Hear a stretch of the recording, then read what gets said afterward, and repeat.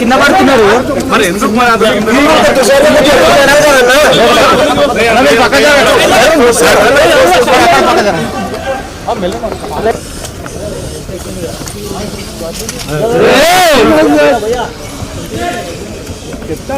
భయ్యా వాళ్ళని అడ్డత మొత్తం కెమెరా కూర్చుకొని బయటపడతా చెప్తున్నా. కూసుడు గీసుడు ఏం లేదు చెప్తా అర్థం కాదు మీకు.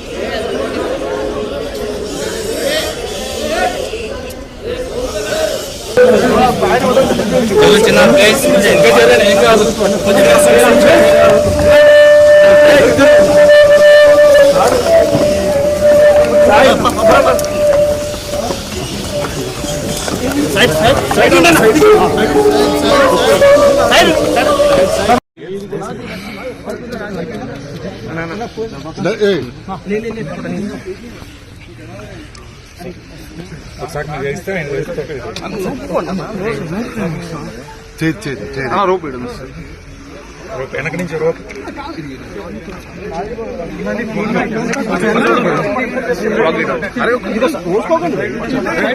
ఆయనకు అండగా ఉన్న మహిళలకు ఆర్థిక స్వాతంత్రాన్ని ఇచ్చిన అన్న ఆయన ఎన్టీ రామారావు. ఇవాళ అలాగే ఇంకెన్నెన్నో సాహసోపేతమైన అంటే కిలో బియ్యం 2 రూపాయలు కావచ్చు, లేకపోతే పక్కా ఇళ్ళు కావచ్చు, కాంక్రీట్ ఇళ్ళు కట్టించిన నిరుపేదలకి, అలాగే ఈ చేనేత కార్మికులు వాళ్ళకి ఉపాధి కల్పిస్తూ మరికి చేనేత వస్త్రాలు సగం ధరకి ఒక చీర దోవతి, అలాగే మొట్టమొదటిసారి మన దేశంలో ఈ యొక్క ఏదైతే ఈ 30 రూపాయల పెన్షన్ వృద్ధులతో మొదలుపెట్టింది అన్నారు ఎన్టీ రామారావు గారు. అలాగే మహిళలకు ఆస్తులు తండ్రి ఆస్తులు సమానం అయితేనేమి, లేకపోతే వాళ్ళకు విశ్వవిద్యాలయం అయితేనేమి, తిరుపతిలో పద్మావతి విశ్వవిద్యాలయం అయితేనేమి, అలాగే మాండల అంతవరకు ఉన్న ఈ యొక్క ఏదైతే పై అధికారుల యొక్క నిర్లక్ష్యం వల్ల వాళ్ళపైన ఉన్న ఒత్తిడి వల్ల ఏదైతే సామాన్య ప్రజలు ఇబ్బందులు పడుతున్నారో వాళ్ళందరికీ ఆనాడు ఉన్న ఈ యొక్క తాలూకాలని రద్దు చేసి ఆనాడు ఈ యొక్క మాండల వ్యవస్థను తీసుకొచ్చిన మహానుభావుడు నందమూరి తారక రామారావు. అంటే ప్రజల వద్దకు పాలన తీసుకొచ్చిన మహానుభావుడు. అలాగే అభినవ భగీరథ ఆనాడు తెలుగు గంగ, అలాగే ఈ యొక్క ఏదైతే హంద్రి నివాస్ సవంతి ఉందో, లేకపోతే గాలేరు నగరి ఉందో, వీటిలన్నిటి ఇవన్నీ కూడా ఆయన మానసిక పుత్రికలు. అలాంటివి ఎన్నో రచనలు చేసి ముందు చూపుతో రాష్ట్రం అవిభక్త ఆంధ్ర రాష్ట్రాన్ని ఎంతో అభివృద్ధి చేసి ముందుకు తీసుకెళ్ళిన మహానుభావుడు. అంతవరకు తమిళులుగా పిలువబడ్డ మనల్ని మనం తెలుగు వాళ్ళం, మన తెలుగు జాతి అనే ఒక గుర్తింపు తీసుకొచ్చిన మహానుభావుడు నందమూరి తారక రామారావు. అలాగే ఇప్పుడు ఆయన్ని స్ఫూర్తిగా తీసుకుని ఇక ముందు ఇంకా ఎంతో ప్రజల అభివృద్ధి కోసం, అభ్యున్నతి కోసం ప్రతి ఒక్క కార్యకర్త నడుం కట్టాలి, నడుం బిగించాలని కోరుకుంటూ ఆయన అంటే ఈ భూమి మీద అందరూ పుడతారు గిడతారు కానీ అందరు మహానుభావులు కాలేనని ఆయన మరి ఎప్పటికీ నిన్నాను సూర్యచంద్రులు ఉన్నంత వరకు కూడా గుర్తుండిపోతారు. అందుకే ఆయన నిరంతర ప్రజల గుండెల్లో నిత్య యవ్వన నిత్యాభిమాన భూషణుడయ్యాడు.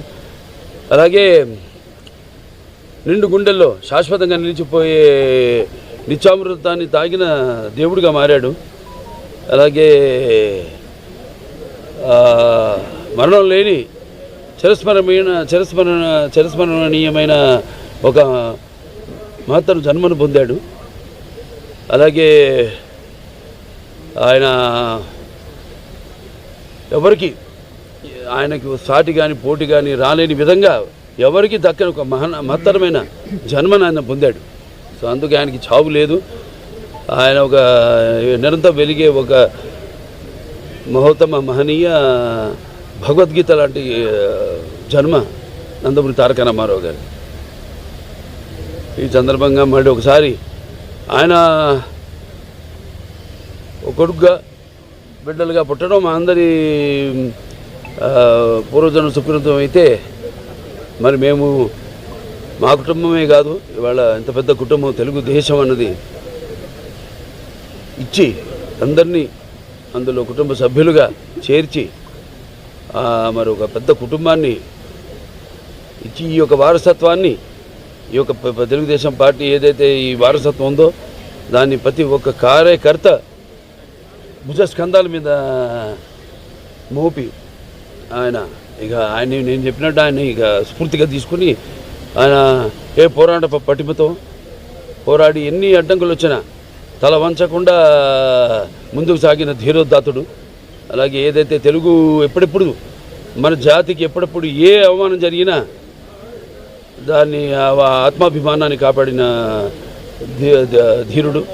అలాగే తెలుగు వెలుగును ప్రపంచం నలుమూలలో ప్రసరింపజేసిన మహానుభావుడు. ఆయన్ని ఆ స్ఫూర్తిగా తీసుకుని అందరం మనం ముందుకు వెళ్ళాలని మనస్ఫూర్తిగా కోరుకుంటూ ఆయనకి ఈ సందర్భంగా ఘన నివాళులు అర్పించుకుంటున్నాను.